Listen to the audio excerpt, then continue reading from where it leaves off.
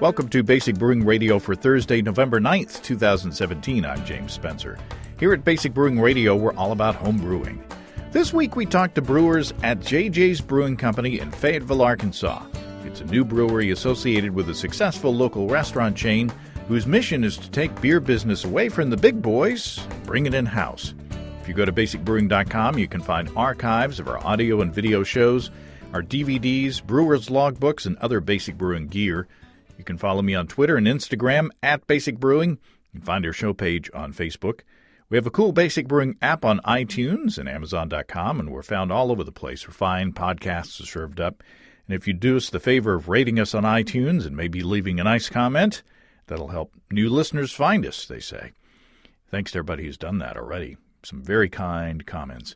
If you want to put a tip in our tip jar, some coinage in our guitar case, you can go to basicbrewing.com/support, and thanks to everybody who's done so already. And I want to spend a couple of minutes talking about the associate link issue. If you heard this past week's show, you know we were cut off by that certain 800-pound gorilla of an online retailer because we told people that clicking on our associate link would benefit our site. Makes less sense all the time. So I want to thank everybody who's contacted me offering to help with petitions or other efforts to get us hooked back up. But I'm done with that. It's time to move on. I appreciate greatly your thoughts and comments and all that, and your concerns. If you were one of the many who clicked on our associate link to the retail giant in the past, don't stop clicking. Just support others with your click. Funnel that support to other people whose work that you like. After hearing about my situation, those people, those podcasts and such may not mention their associate link anymore. But if it's still out there, click on it. Wear that sucker out, especially during the upcoming holiday season. Funnel, 6, 7, or 8% of your purchase away from the giant and toward the little guy or gal. I've also had suggestions that I sign up with the Patreon, which may eventually be a solution. However, I've already got a list of people who have subscribed using our PayPal link at basicbrewing.com/support.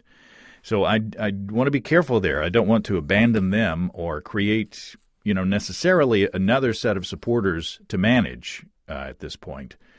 Also, Patreon takes a bigger percentage of your contribution than PayPal, so I've got to weigh that in there too. So, this is a process. I don't want to jump into anything too quickly. So I sent out an email to existing regular subscribers, financial subscribers that have subscribed, to have a payment taken out at a regular basis on that support link. I sent an email to them on Tuesday through MailChimp. So if you subscribe and haven't seen that email, look in your junk mail box and add James at basicbrewing.com to your safe list or whatever you've got to do to have those show up when I send them. But I'm asking subscribers what bonus content you'd like to see on a monthly basis as a benefit to paid subscribers. Behind-the-scenes photos or videos, recipes, such as that. Some have responded saying just producing the podcast is enough. They don't need anything extra. But I do want to send out more than just the annual bonus video that we've been doing the past few years as a thank you to those who are stepping up and providing financial support. I've been in contact with new advertisers that you should be hearing soon. I'm in the vetting process now, and I want to make sure that the companies that I talk about are the ones that meet my standards and that I have experience with. Also, I'm not going to load up the show with ads and make it sound like AM talk radio. So don't worry there. I was brought up in public radio and went over to commercial radio, and so I've been on both sides of the fence, and I like less advertising on programs that I listen to. So anyway, enough of all that. I just wanted to keep you posted on the status of the show, and the show must go on, right? So no worries there.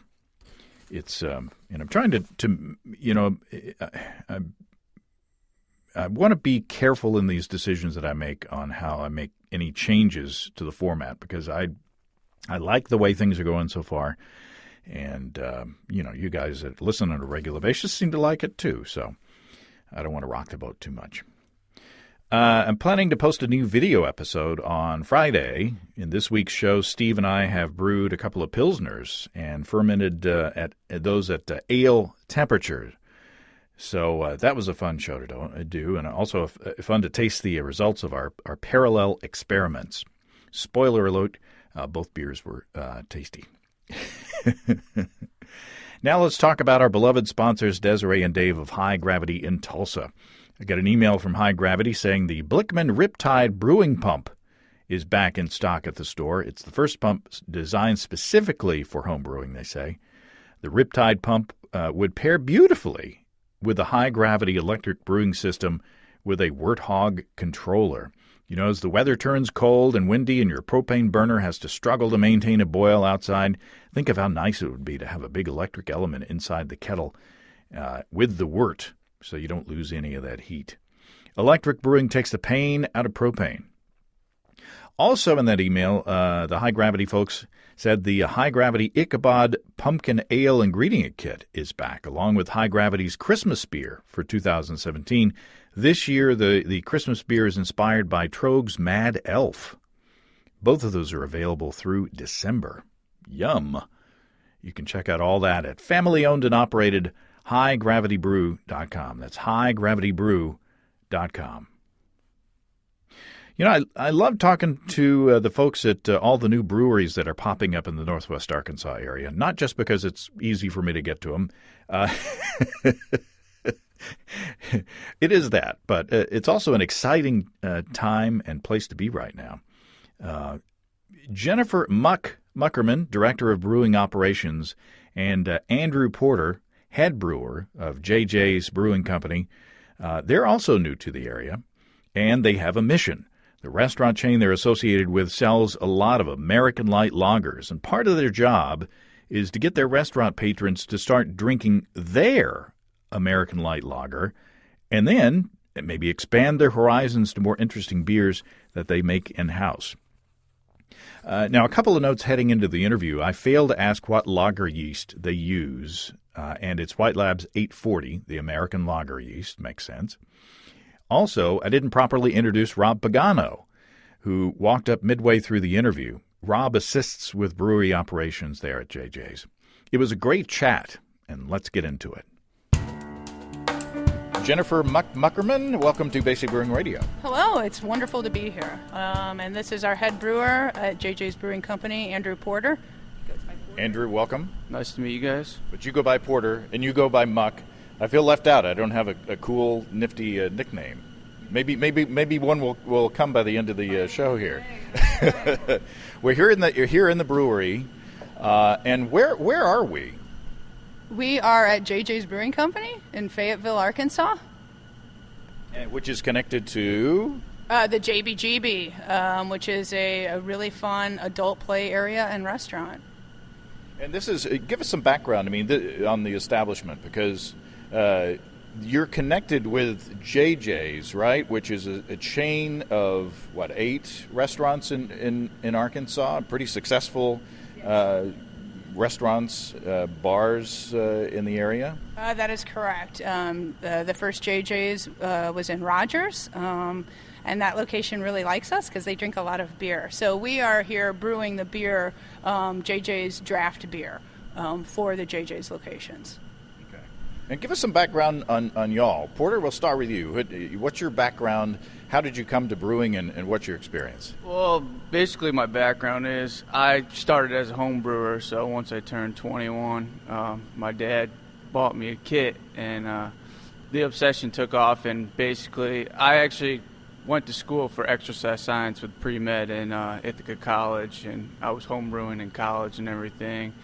And once I graduated, I was like, well, I want to really do something I enjoy doing or whatever, and really am passionate about. So after I graduated, I just tried to get into the industry, and as some home brewers who try to get into the industry understand, it's really difficult to get your foot into the door, and I just kept trying and trying. I looked around the New York area.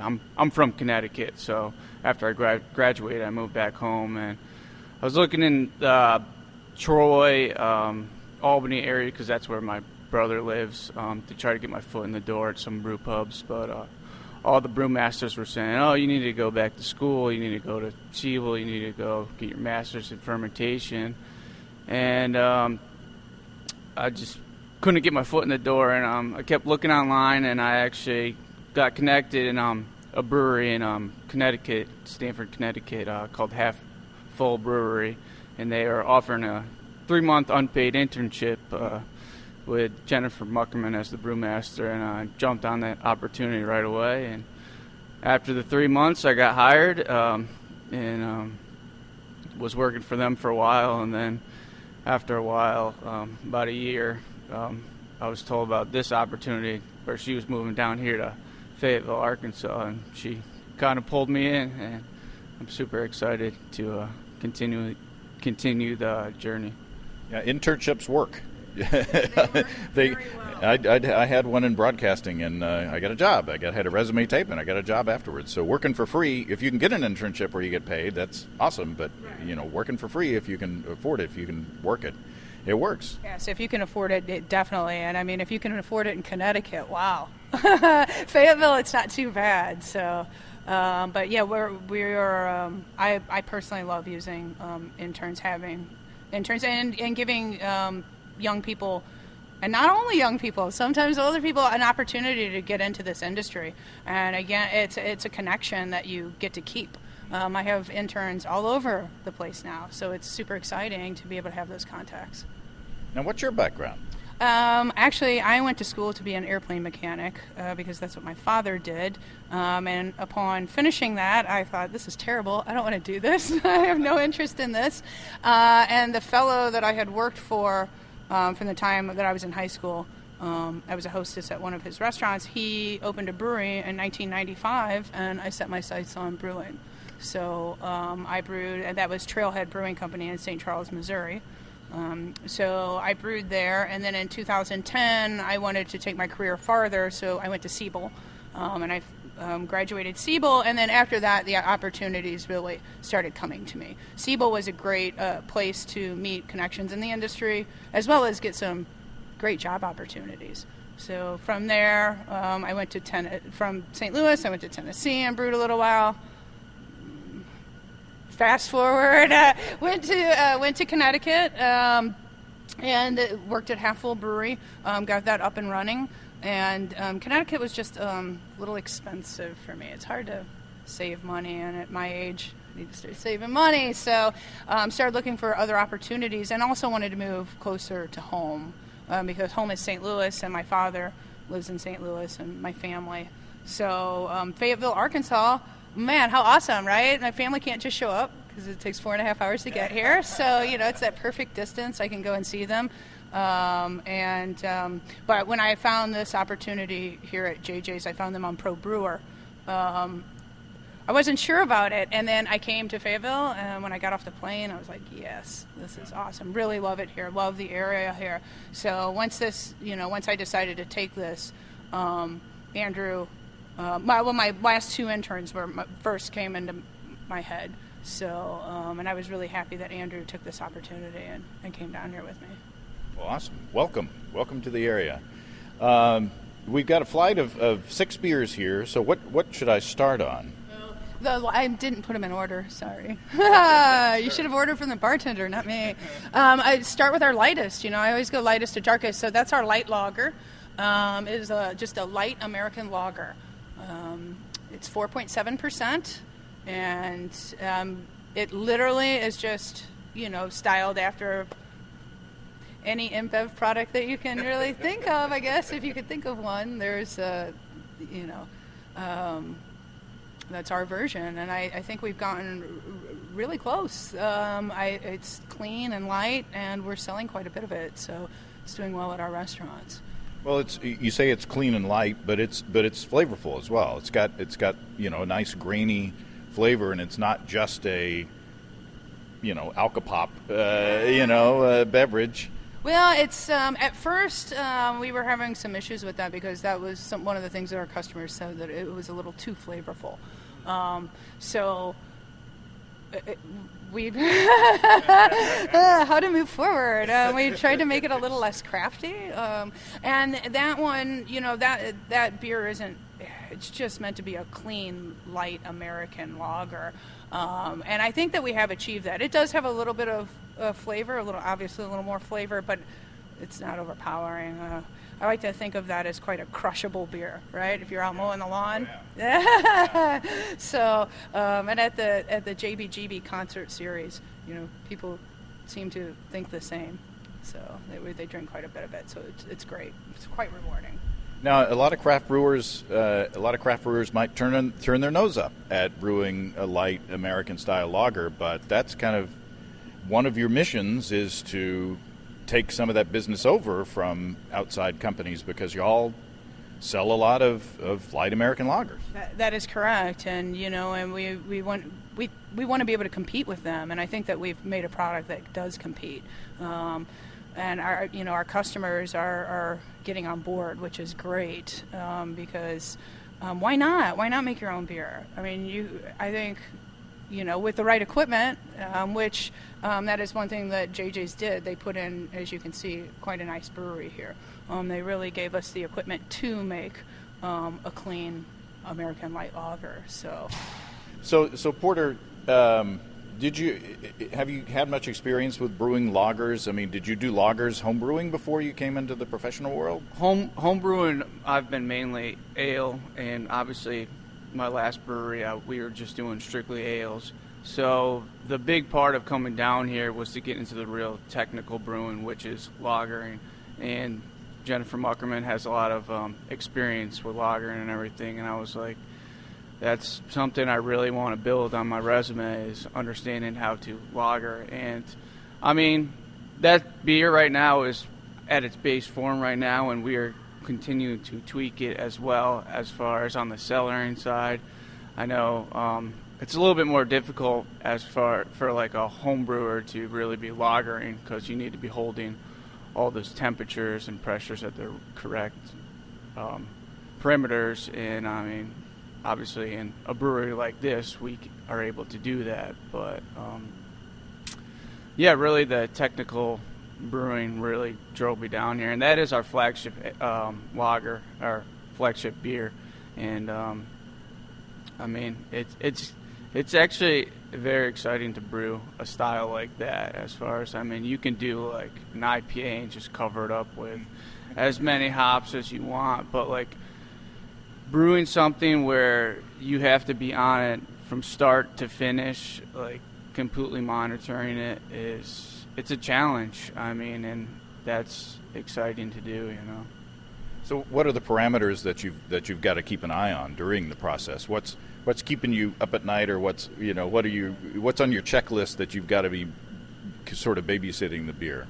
Definitely the fermentation. Like throughout the whole time, we need to be making sure it's at our correct temperatures, as well as after we get through the primary fermentation, we are setting it to the correct pressure. So we're still dialing those in. I mean, it really has been just the two of us in here, and it's really hard to calibrate a brand new system and be setting really intricate parameters on a beer that you have only brewed in theory before that you actually got the system, just on paper. And so it's been a bit of a painful process. I mean, some of that definitely was painful, but we've been taking baby steps. So we've just been going really slow. But we really keep a lot of intricate notes and a lot of graphs, Excel spreadsheets. It's really just keeping track of all of the information. Which again, just that part of it, when there's two people, makes it somewhat difficult. But I mean, it's fun. But there goes the sleep at night. You don't need any of that, right? So, and I can show you any of our, our sheets. As you can see, we keep a binder with each style. And so as they're finished, we pull the sheets off and put them in there so that you can look at all the red fermentations right next to each other and see, what your cell counts were, how did it go, what generation were you on, And the ale, we're using the White Labs California Ale yeast, the 001.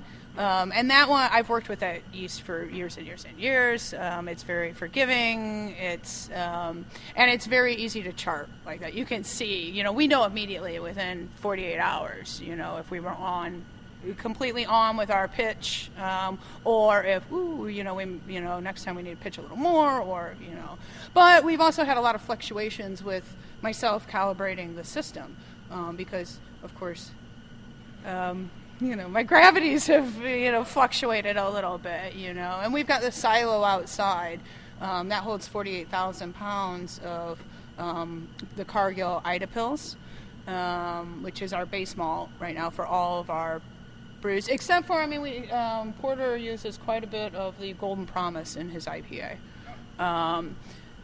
But that, anybody that works with a silo knows as you get to the end of the silo, all of a sudden you're like, my gravities are changing. And then for when it's a brand new system, I started tweaking things on the system.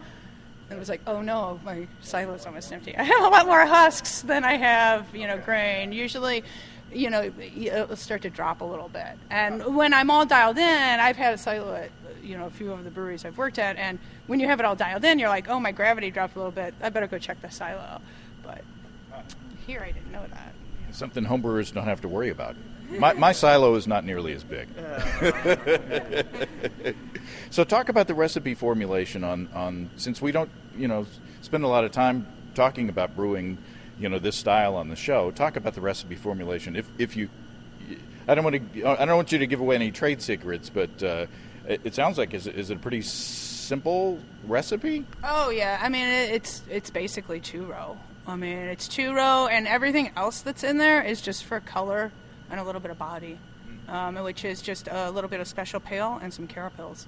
So it's a very, very simple recipe. And then, Hallertau. So it's, and I use Magnum quite a bit. That has Magnum as the bittering. I like Magnum as a bittering hop. I use it in actually quite a few recipes we use it in, just because in this atmosphere, for me, I feel like for inventory purposes and just for always keeping a fresh product open, I love to use the same ingredient in multiple brews. So that's one of the reasons. It's a good tip for homebrewers as well. If you're that way, also you get to know that ingredient very well. And if you're skipping across the dial as far as what you're brewing and what you're brewing with, you maybe don't get the familiarity with one single ingredient or recipe line. So what should we try next? Is there a recipe of yours, Porter, that you want to try? The recipe that's mine is the IPA, so it is that last one. So he just went and grabbed it. Yep. It's fooling. So you're going to notice out of all these beers, we really are in that sessionable range, really around the 5%. Coming down here, growing up in Connecticut, in New England, you understand that all the IPAs are just overpowering and very just like, I'm going to knock off your tongue right now with a bunch of hops and everything.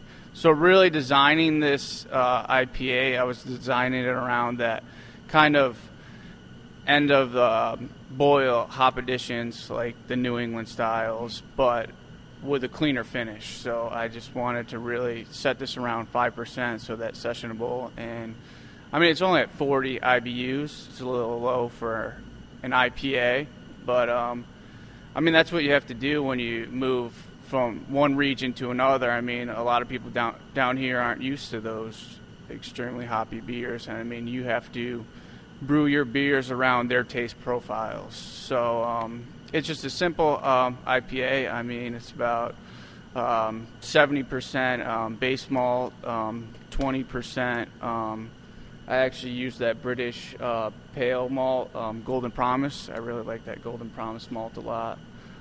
Adds a little bit more of that breadiness flavor compared to just using the base malt that we have. And then there's a little bit of caramel 60 and caramel 40 split down the middle for color purposes, and a little bit of honey. I've noticed that with the caramel and the honey working together with the hops, you kind of get more of juicier flavor from the hop additions. So. Yeah, you say it's low, it's fairly low in bittering, but it's balanced. I mean, because it's a lower gravity beer compared to other, where 6 and 7% has become the norm for IPAs. If you were to put the same amount of hop in that beer, you'd just get blown away. Oh, definitely, for sure. I mean, like I said, being from the New England region, I'm just used to people just overpowering with hops and everything. So it was like I said, when you come down to a different region, you got to adjust to their personal tastes and everything. And people down here aren't used to those overpowering IPAs and stuff. And that IPA, that first IPA, it was, that's the JJ's IPA as we're doing our lineup. But, we've just brewed a double IPA here that, hopefully will, right? Blow people's palates, right? So actually, we want to do. We want to brew them all, But we gotta, But we're excited about the double IPA. You walked through the mess there just a few minutes ago. But I think for that IPA was really went to go into this lineup, as you can see, these JJ's beers, what they look like, the colors. I mean, he dialed that in perfectly to fit in with that lineup. So we're really excited, and it's really, it's the top side. That and the light are neck and neck as in selling. So. And another thing about that beer is, it's an IPA, and some people are like, oh, I'm not into IPAs or anything, but this beer is very approachable, and it could be the gateway for someone to be like, all right, I want to try something different than a light lager, you know what I'm saying? So. Yeah, y'all have an opportunity to ease people into, more interesting, more crafty, interesting beers. Talk about the hopping, because, there's plenty of hops in there, and the hop character is really nice, and it's a crisp beer, and there's a lot of floral characteristics, I would say, to the hops, at least at 10 o'clock in the morning. That's what I'm picking up. So talk about the hopping. So there is actually, well, like you just said, with the floral, there's a lot of Centennial in this recipe, as well as I use Magnum, obviously. Jen talked about that earlier, so we're trying to utilize the Magnum. So I use a little bit of the Magnum at 60 minutes just to get that bittering going. And then I'm just 20-minute addition. I use a lot of Centennial as well as El Dorado. And at the end, at Flame Out, I use Cascade, El Dorado, and Centennial. And then we dry hop it again with El Dorado and Cascade. So a 15-barrel batch, we're dry hopping it with 22 pounds of hops. So, this, don't get me wrong, I said this is like a very, not a hop bomb, but once you start adding hops during the end of your additions, you're going to be obviously using a lot more to get the bitterness. So, there's a lot of hops in it. Okay, our yield we're working on our yield, let's just say that. But yeah, it's got a lot of hops in it. Thanks, Porter. But when we were working with our hop contract, Jen was like, well, you got to pick your one superstar hop, and El Dorado was on the board, and I really like the El Dorado hop, so I was like, yeah, I'm taking that one. So, of course, in Arkansas, we might be tempted to say El Dorado, because we got a town in South Arkansas called El Dorado. Okay, you don't have to. It's a different state up here, a different part of the state. So, Porter, where should we go next? What is? So next, we should start to go in towards the wheat. So we have a wheat, and then we have our raspberry wheat. So this beer is mainly brewed just for yeast purposes. So, I love that beer for propagating my yeast quite a bit. So please, people, drink more wheat. Well, a lot of people have a wheat on tap as a gateway beer, to ease people into, they don't have something like an American light lager. They have the wheat as the gateway beer. We have blonde ale. We've made a lot of blonde ales. Oh yeah. Oh, that's tasty. It's pretty sort of basic, and there's nothing fancy about it, but it's very, very clean, which is what you want. But it's interesting. Again, it's got a nice, kind of grain backbone flavor to it, and again, another beer that you could drink a lot of. Very much so. And yes, it is very plain. All it is the Ida Pills and wheat. It's got a little bit of special pale for color as well. I tried to make it so the flight looks good. I don't want them all to be the same color, right? So because you can see how clear it is, and it's unfiltered. I mean, that is not a filter beer. Yeah, it's unfiltered. We've done very well with getting those beers nice and clean and clear like that. Again, just visually, I really like the way it looks. They look clean and crisp. Yeah. So what's your secret? I mean, because I'm surprised that you said these are unfiltered, because they are. Okay. Just the wheat. Yeah, God, but even no, that white lager, believe me, that's filtered. Yes. We have a lenticular filter. I use a lenticular filter. Boy, that thing put some gray hair on my head. At first, I hadn't used one before here, but now I went from really tearing my hair out to having a love-hate, and now I've moved into pretty much love. Every now and then I hate it, but it's once I learned the piece of equipment, it was amazing how much easier my life got. So but I do filter it. The white lager. I filter all of them except for the wheat and the raspberry wheat. And I'm sure there'll be a lot of seasonals, that we don't filter. In fact, we have a white ale coming up behind the pumpkin that won't be filtered. Wow. There's a lot of raspberry in this raspberry wheat. Wow. How do you get the fruit flavor? It's fruit flavor. That's our. I mean, people really like that beer, especially girls, and I'll be honest, in the beginning, it was because, we have 12 taps out there, and we were rushing to open, and I was trying to fill 12 taps, so making the wheat, making one beer and having two really helped me, so I really just did it as just kind of a stopgap solution, but then people really started drinking it, so we continued to make it, so as long as people drink it, we'll continue to make it, right? Yeah, the fruit flavor is really fresh and not artificial at all.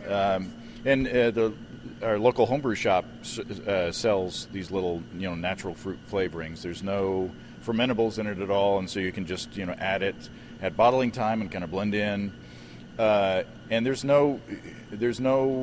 I don't think there's any shame or embarrassment necessary to, you kind of shook your head a little bit, but. It makes it, I use one. I mean, it's TTB approved. It's clean. I'm not worried about contamination with it. And again, I mean, I did it as a stopgap solution, but it worked. So, we've continued to do it. And we want to do things obviously with just straightforward with fruit, like the white. We used orange peel, and and we're about to put even more orange peel in it, and possibly some orange. I don't know. We're going to work on that today. Shooting from the hip. A little shooting from the hip brewing, right? That's okay too, right? Oh, you bet. Rob's hanging around. He looks like he wants to get to work. But what are you working on? What do they got you doing here, Rob? Step up so I can. He actually has a beer in there. He's got the German alt beer. I actually brewed that one there. Right over there on our nano system. I don't know if you saw that or not. Yep. So that's mine right now. I got Hefeweizen coming up here soon. Looking to do a brown or something tomorrow. That's nice. Talk about this recipe. There's not really much to talk there's really not much in it. It's nice basic, just Ida pills. What else did we put in there? Special B, caramels, 40, and flaked wheat. Yeah, flaked wheat. That was it. Yeah, so really not much going on. It's not too hoppy or anything. Nice, good flavor on it. I've gotten really good feedback on it. That was my second batch of it, so it turned out good. Yeah, it's got kind of a subtle caramel characteristic to it. And what's the yeast? The yeast is one, isn't it? Yeah, house ale. Yeah, the house ale yeast. Cool. I know a lot of home brewers use that German, the Kolsch's for when they're brewing an alt like that. And a lot of home brewers actually brew alts just because it's easier kind of. I kind of understand an alt beer kind of as like a hybrid.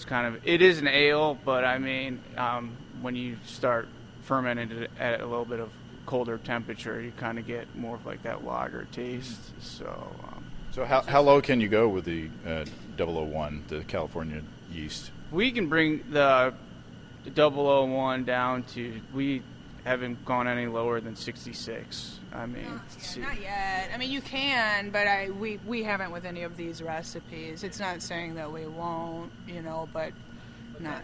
That's finer tweaking. As professional brewers, you want to be fermenting at higher temperatures because that means you're getting the beer out quicker, But not necessarily quicker as in like rushing it, but it's moving faster. Everyone knows what the slower or lower temperature fermenting is going to have the beer lag a little bit longer. So. Yeah, you got to get beer out the door. And make sure that it's good beer. But with those production constraints, you don't have time to be fussy a lot of the time. So. Yeah, we're just looking to put out a good product, and we are looking to put it out as quickly as we can, but again, without rushing it or putting out green beer. So what am I drinking here? That is the red ale.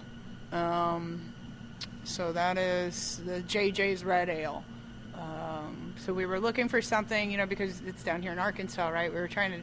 That one was really designed around the color. It was, just trying to dial in a nice bright red. And I think we did that. It's malty. You'll be surprised at how much hops is in that. I was going to say it's a little hoppy, especially coming off the alt beer, which is not as hoppy a style. But the red, it's a little more. It's got an interesting hop character. How did you get the red color? With the Cargill Munich 10. It's got quite a bit of Cargill Munich 10 in it, and that is just a nice, pretty red. And then it's got quite a bit of Centennial in it. That's what you're picking up, Centennial and Magnum. That's delicious. All these beers are nice and clean, and I could drink them all day long. And that's part of, I guess, your reason for being here is you're making beers. You're not making, or I guess you will with the double IPA and things like that. Some seasonal things. You can have a couple of beers on tap that are where the beer geeks can come in and contemplate what they're drinking and appreciate them for what they are, and write down tasting notes and Untapped and everything. But yeah, all of these are delicious. Now we're coming up to the end here. This is a lot of people might be tempted to switch channels when I say this next word, but it says pumpkin on it. So which that's one of the more polarizing. That and New England IPAs are probably the two most polarizing beer styles. I haven't tasted it yet. It looks delicious, but what am I getting in here, Porter? You're getting once again a lot of base malt. As you've listened to this podcast, we like to keep our recipes pretty simple and then really dial in everything on the fermentation side. This is actually Jen's bread and butter right here. So I would rather have her talk about her prize beer. I will say up front that I am not a pumpkin ale fan, and I'm not a particularly a large fan of that. I think it's a good representation. I try to make a good beer even when it's not a style that I particularly care for, and that is not a style that I particularly care for. But it has always sold well, at this type of place. It did very well at Trailhead. In fact, I think they still do a countdown to pumpkin. They have. People really like it. So here I tried to step it up. This one is actually, it turned out 6.1%. I would like it to be 8%. But again, it was the first seasonal that I brewed on this system, and boy, I really pushed the system to the limit there with that. So we'll see what happens next year as I'm more dialed in. It's delicious. And I don't give effusive compliments easily. If I come across a beer that I don't care for, I'll say, "Oh, that's interesting." But I think we say it tastes artful. Yeah. You know, it's something that doesn't even exist, you know. I've never tasted anything quite like this. right, yeah, we've all done it. But it's very nice. It's the thing that I think people don't like about pumpkin beers is that it may be like you're drinking a glass of potpourri or something. You know, it's just too much spice. This one, I don't know what you haven't said what you did to make it, but I swear that there's in addition to there is a pumpkin flavor in there, and maybe it's my mind playing tricks on me, but there's a pumpkin flavor in there, and it's just if you follow the recipe on the Libby's can for the which is Mom's recipe, you know, that she always used, it's that level of spice, and I swear to God that there's crust in there. I swear maybe it's my brain playing tricks on me, but I swear that I taste crust. Yeah. I mean, it's pretty basic grain bill. It does have pumpkin in it, but we put pumpkin in the mash. And you know, that has quite a bit of special pale in it, which I like that biscuit flavor. You know, kind of puts that little bit in there. But then we make a tea out of cinnamon and nutmeg, and add that to the bright tank as we move it over. And that's one. So I mean, for me, I feel like you can control your spices that way. You know, because. And, you know, we always go by you can add more, but you can't get it back out. So, you know, we'll a lot of times do things in steps and then stop and see where we're at and then continue. So, yeah, that it's actually a very, the brew day is not fun, let's say. You know, I have to put quite a bit of rice hulls into the mash to get it to not stick because there's quite a bit of pumpkin in it. And what kind of pumpkin? How do you treat the pumpkin? Canned pumpkin. There you go. Yeah,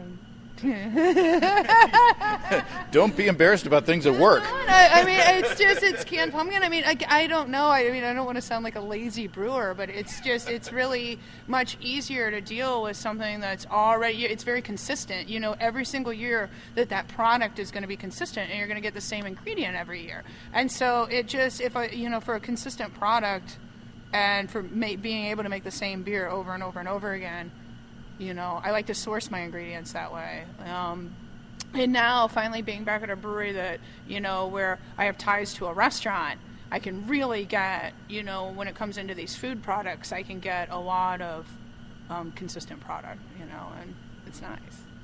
Yeah, you say lazy, I say practical. You know, there's some stuff that I do. It's like, man, this is easy. But it works, and if it's consistent, it comes out with a delicious beer. It's not lazy; it's practical. You know, do it. You know, I mean, I just figure try it. And yeah, if it works, keep doing it. And we both are real big on if it's not broke, don't try to fix it. If it's working, you know. I know because as a brewer, I know he's the same way. I just constantly want to tweak, but being in a startup like this. Once you get something that's working, there's so many other things to tweak that you just change direction really quickly. I don't look at it anymore. It's finished. So the pumpkin recipe is finished here. That's what we're going to stick with that one. So now I see the pilot system over there, and it's a 1-barrel system. So I've read somewhere or heard a rumor that you were thinking about like doing some like home batches with local homebrewers or something like that. Love to do that, really would, and you know, want to. And in fact, I can think of a couple of home brewers right off the top locally that I would love to come in and have them brew with us. But it's been a time issue more than anything this year. We just really haven't had the time. And now that we've got a third guy in here that we've got, you know, that's pretty trained over there. I mean, he still wants to do some more batches and get a little more comfortable on that before we bring somebody else in, but that'll make it a lot easier. That system's actually also set up. I was able to weasel in the beginning when this building was just on paper.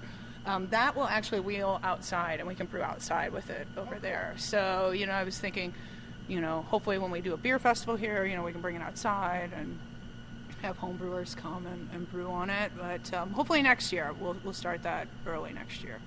Well, cool. Yeah, that'd be cool to roll that out on the patio and say, you know, here's here's the process, and have people as they're playing ping pong and beach volleyball and all the we haven't talked about, I guess, about the playground that's outside that is pretty amazing. This is quite the concept here. I've driven. This is the first time I've been here, but I've driven by when it's just rocking and rolling, and people are just, it's a popular place. So congratulations, you're a part of that. Yeah. Oh, thank you very much. And we are. Porter and I got to actually watch this, from nothing but a field grow into this. And sometimes it's hard, even when you're looking at drawings, to visualize what it's going to be like. And I have to say, it's turned out more awesome than I anticipated. So, and everyone down here is so nice. The customers are nice, and it seems like people really enjoy themselves here. So, we're really happy that they're enjoying the beer, and I couldn't be happier with working here. I really enjoy it. We wish more people would ask for tours. Yeah, definitely. It's strange. Nobody asks for tours. I mean, not really. Very few. Whenever we're in the brewery, and if you knock on the door, we'll show you around in here and what's going on, what we're doing. Because a lot of people are excited about breweries, and I feel like a lot of people haven't really wanted to come in here just because it's a little intimidating, but we're friendly. We don't bite, so. Well, it's a production space. There's a lot of stainless steel and things like that, and people, it can be intimidating if you don't know what's going on, but you guys are talented and nice folks, and I hope that, the people who live here in Northwest Arkansas listen to this and coming through will take you up on that suggestion. You may regret it. No, we really won't. Again, it's another way for us. I love to meet people that are passionate about beer. We really are passionate about beer, and we absolutely love doing this and love talking about it. And you'll see as you have to cut us off on this, as we just ramble on and on and on and on. 3-hour show. We're like, we actually got to do work today, right? Well, there are worse ways to start off a Monday morning, right? Oh, yeah. No, believe me. Yeah, we've started them that way, too. Oh, yeah. Well, thank you all very much. Thank you. Thank you, James. Oh. Yeah, I guess you can't see. I'm shaking his hand. Credit for the handshake. Right. Cheers. Thank you. Well, thanks again to Muck, Porter, and Rob. I didn't get a new nickname. I did. Maybe that's a good thing. There's always a possibility it might not be flattering. Muck says the white ale that you talked about and the double IPA will be on tap soon there at JJ's. So, I'm looking forward to trying those. Good folks. I had a good time talking to them.